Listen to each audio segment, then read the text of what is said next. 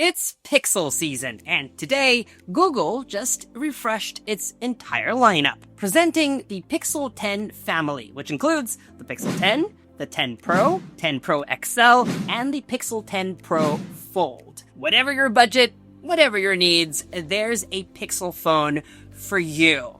But should you rush out and buy one today? I'm here to answer that question. Hi, I'm MICHAELJOSH, your gadget matchmaker, and over the last decade, I've made it my job to show people around the world that tech can be easy, fun, and exciting. On this channel, I give you special access to the gadgets I review, the places I go, the things that bring me joy, and all the interesting people I get to meet along the way. So, if you're shopping for a new Pixel phone, give this channel a like and subscribe, and I'll help you find the right one to match your needs. This is our first look at the Pixel 10 family.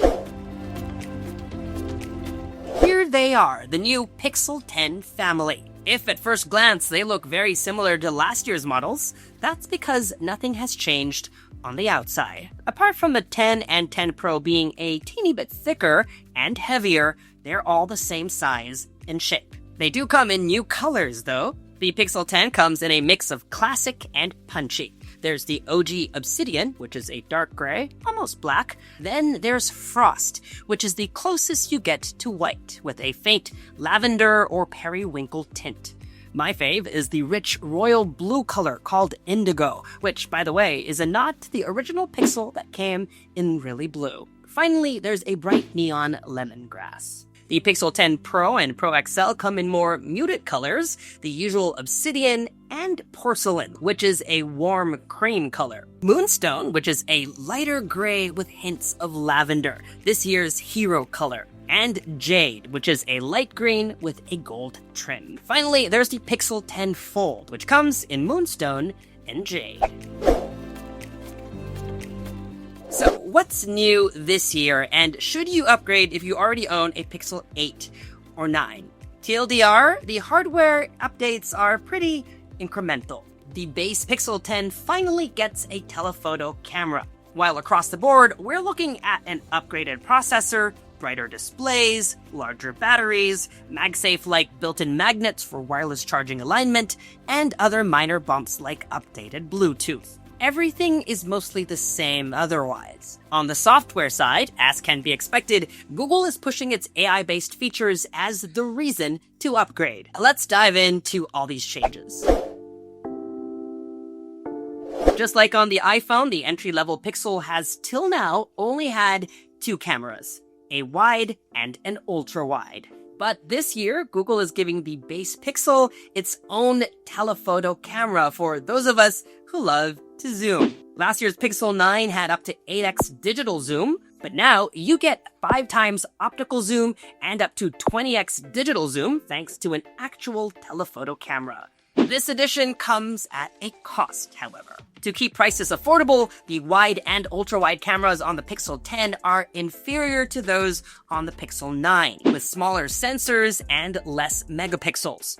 The ultra-wide camera also loses autofocus. Of course, all of this is based on what's on paper. The Pixel 10 Pro, 10 Pro XL, and the 10 Pro Fold all share the same camera hardware as their predecessors. Despite this, Google says it's improved a lot of things like color, detail, focus, zoom, and noise reduction, adding that portraits also feature improved segmentation, detail, sharpness, and texture. That said, only time will tell, so make sure you're subscribed to catch our full review. Pro devices can now zoom in all the way to 100x thanks to the first diffusion model on a phone.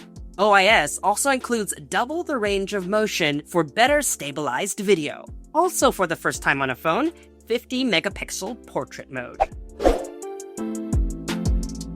One area where Google hopes to be able to leverage the power of AI is being able to teach newbies how to take photos. It's a new feature called Camera Coach, which is still in preview. Accessible via this icon on the camera app, it guides you with framing and composition. So say you point your phone at a scene and it suggests different photos that you can take. It also provides a step-by-step guide for you to follow so that you can take the best photo. With power always being one of those valuable commodities when it comes to phones, bigger batteries on any smartphone release is always good news. And this year, it's across the board. The Pixel 10, 10 Pro, 10 Pro XL, and the 10 Pro Fold all get larger batteries, and Google is now promising 30 hours of battery life, up from 24. Even bigger news this year is that Google has finally adopted Qi 2.2. It uses the same internal magnets that Apple invented when it introduced MagSafe on the iPhone 12 back in 2020. While many Android phones launched over the last year or so have supported Qi 2 via third-party cases with built-in magnets, this is the first time we're getting an actual Android phone with those magnets built in. Since the launch of Qi 2, Google has taken the lead on Qi 2.2 in the interest of improving wireless charging speeds. Qi 2 supports up to 15 watts,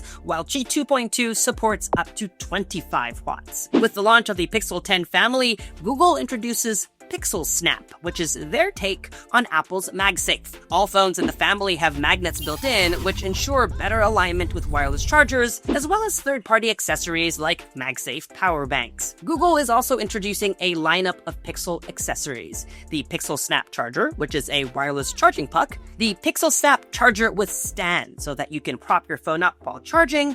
And by the way, if you do so, you can also display photos, a clock, or if you'd like, the weather. And finally, there's the Pixel Snap ring stand, which you can use like a pop socket for a secure way of holding onto your phone one-handed, or when you need to prop it down on a table. Google will also be selling Pixel Snap cases that have these magnets built in. Now, before you get too excited, there's a caveat. Only the Pixel 10 Pro XL gets Qi 2.2 and 25-watt wireless charging. The rest of the Pixel 10 family only gets Qi 2. That's a bit disappointing. Not the best way to launch Qi 2.2 on Android, if you ask me. At the very least, it would have been nice to have gotten Qi 2.2 on the Pixel 10 Pro and the Pixel 10 Pro Fold, because those are also premium devices.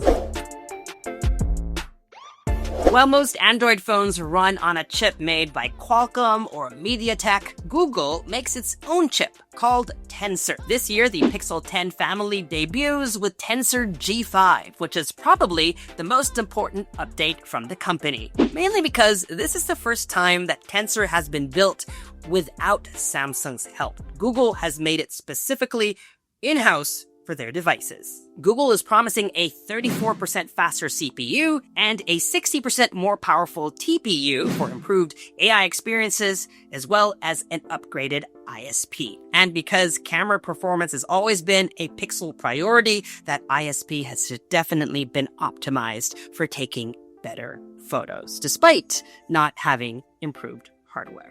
And because cameras have always been a Pixel priority, that new ISP is definitely going to make a difference in taking better photos, even if Google did not improve camera hardware. Speaking of camera features, there's also two on the Pixel 10 Pro Fold. They've added two cute animations for Made You Look, and this is Instant View, so that you get a live preview of all the shots as you take them, just like you would at a photography studio.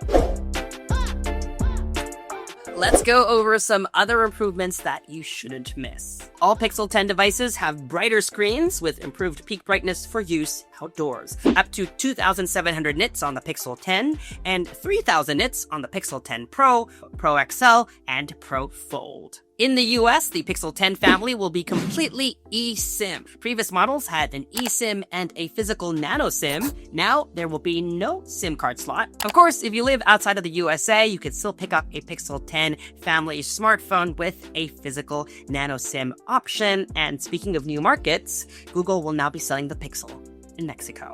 The entire Pixel 10 family benefits from better audio and better bass. On the smaller Pixels, the Pixel 10 and the 10 Pro, the top speaker is improved, while on the larger Pixel 10 Pro XL, both the top and bottom speakers have been improved for audio that sounds like this.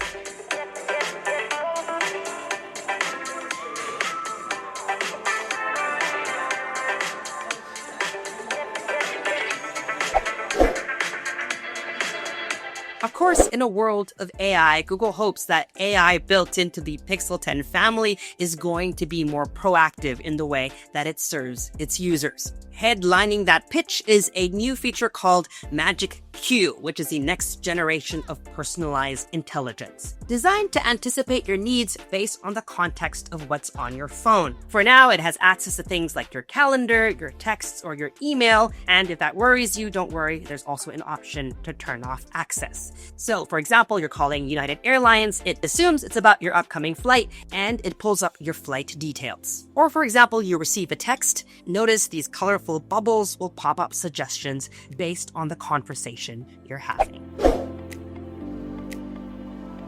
Pre-orders for the Pixel 10 family starts today. The Pixel 10, 10 Pro, and 10 Pro XL go on sale August 28th, while the Pixel 10 Pro Fold comes a little bit later on October 9th. Prices stay the same as last year. The Pixel 10 starts at $799, the Pixel 10 Pro starts at $999, the Pixel 10 Pro XL starts at $1199, but now with 256 gigabytes of base storage, and finally, the Pixel 10 Pro Fold starts at $1799. And to take advantage of all of those awesome pre-order deals, make sure to use my link down below. And that was our first look at the new Pixel 10 Pro family. Which of these phones are you interested in? Let me know in the comments section below. As always, we're going to be working on our full review video, so if you have any questions, drop them down below as well, and make sure you're subscribed to this YouTube channel. And while you're at it, hit that bell icon so that you get notified as soon as we upload. Follow me on social media for all the behind-the-scenes fun, travel, and fashion, and for news and updates, make GadgetMatch.com your daily habit. Until the next video, I'm MICHAELJOSH. Thanks for dropping by.